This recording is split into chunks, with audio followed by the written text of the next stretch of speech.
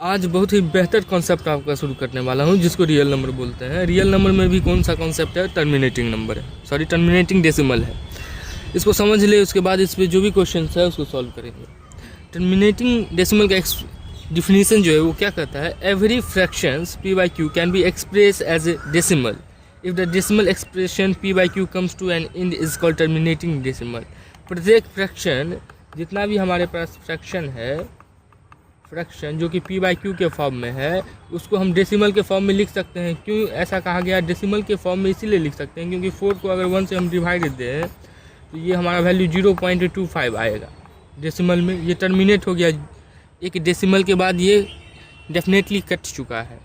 जैसे यहाँ पे आप 4 को डिवाइड दे सकते हैं, 0 लगाएंगे, यहाँ एक 0 जाएगा, 2 या 8 लगेगा, 2 एक और 0 दे देंगे, 5 बाद में कैंसिल आउट हो जाएगा।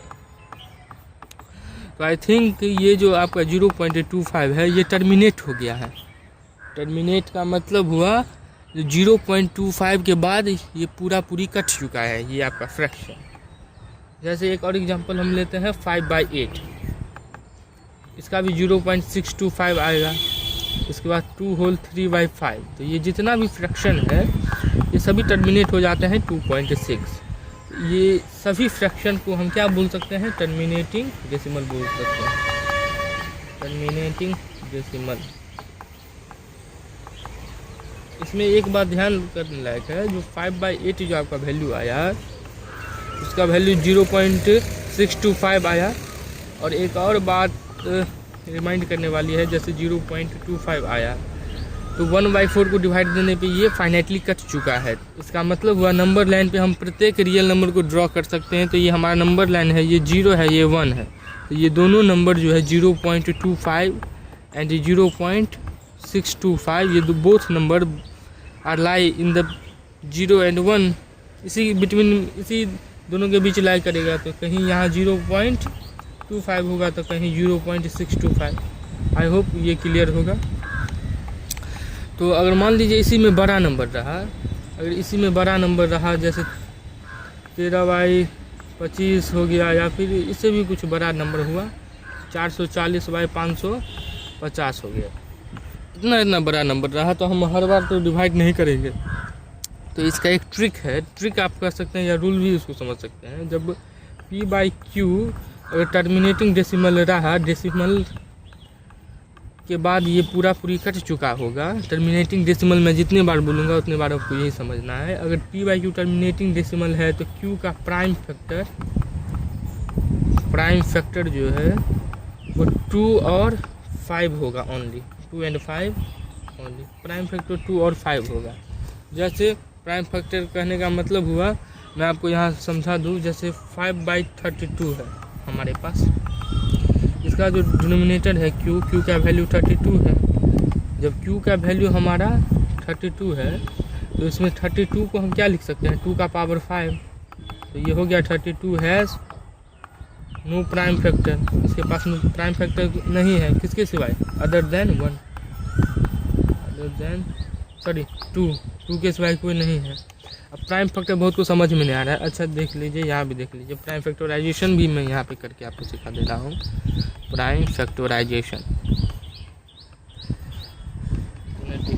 ये 32 को डिवाइड देने पे ये 16 बार में हो गया, फिर 2 को 8 बार में कर दिए, फिर 2 को 4 बार में, फिर 2 को 2 बार में। तो 1 2 3 4 5, तो ये हमारा 2 का पावर 5 हो गया बराबर 32।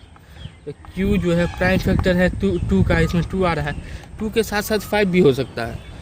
2 and 5 बोला गया है, 2 के साथ 5 हो सकता है, लेकिन 2 के सिवाय कुछ हो रहा तो नहीं हो पाएगा। जैसे 11/24 है, 11/24 है तो इसमें हम 24 को क्या लिख सकते हैं? 2 का पावर 3, क्योंकि 2 को 3 बार मल्टीप्लाई करने पे 8 होता है। 2 2 जा 4 4 2 जा 8, उसके बाद हम 3 से मल्टीप्लाई करेंगे तो 24 आ गया। तो इसमें जो है 3 एक अदर फैक्टर आ गया। अदर फैक्टर कौन सा हो गया? 3 हो गया। तो ये क्या हो जाएगा? टर्मिनेटिंग नहीं होगा। This is not terminating, terminating नहीं होगा। अब तक जो नंबर टर्मिनेटिंग नहीं होगा उसको हम कैसे समझेंगे? जो नंबर टर्मिनेटिंग नहीं होगा वो रिपीटिंग होगा, वो बार बार रिपीट होगा। जैसे हमारे पास एक एग्जांपल है 2/3, 2/3 डेसिमल के बाद बार बार रिपीट होना है, इसका वैल्यू 0.666666 ऐसे ही इन्फिनाइट तक जाएगा।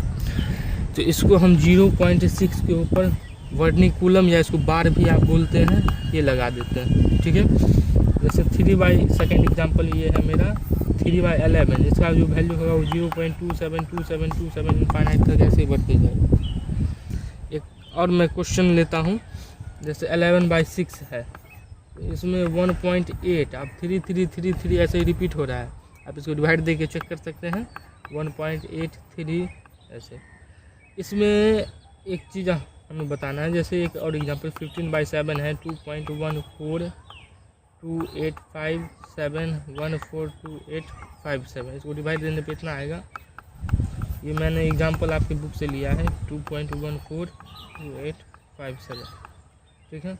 तो यहाँ जो है ये नंबर इतने नंबर के बाद रिपीट हो रहा है, 1 2 3 4 5 6 नंबर के बाद ये रिपीट हो रहा है। तो इसका लेंथ ऑफ पीरियड जो हो जाएगा, लेंथ ऑफ पीरियड तो कितना हो जाएगा 6 हो जाएगा। लेंथ ऑफ पीरियड इसका कितना हो जाएगा 6 हो जाएगा।